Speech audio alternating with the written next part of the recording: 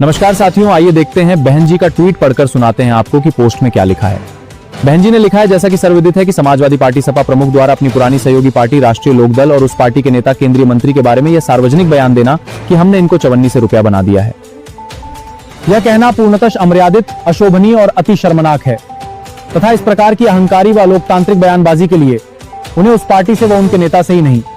बल्कि स्वर्गीय चौधरी चरण सिंह जी के परिवार का अपमान करने हेतु पूरे जाट समाज से भी अविलंब माफी मांगनी चाहिए। बहन जी का यह साफ संदेश है।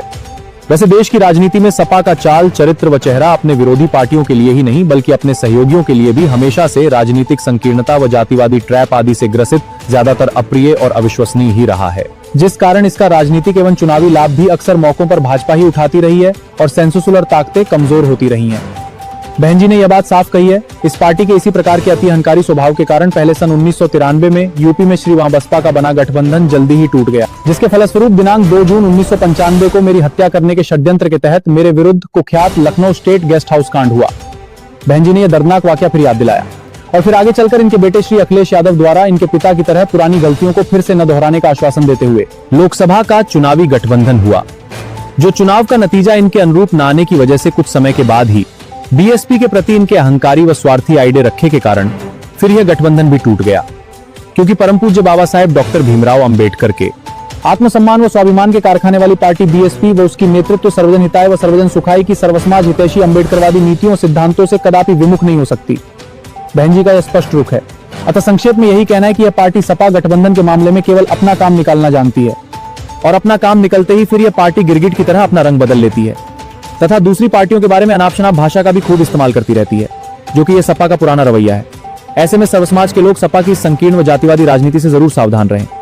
बहन जी की यह चेतावनी है। इसके साथ ही यह बात भी जगजाहिर है कि सपा मुखिया श्री अखिलेश यादव अपने राजनीतिक स्वार्थ के लिए अपने पीडीए में से पी को कभी पिछड़ा वर्ग तो कभी पी को पंडितों का हितैषी बता देते हैं,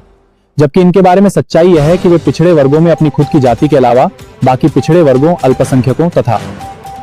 अपराकाष्ठ समाज में से खासकर ब्राह्मण समाज के भी कतई हितैषी नहीं रहे हैं। बहन जी ने सच्चाई बताई है।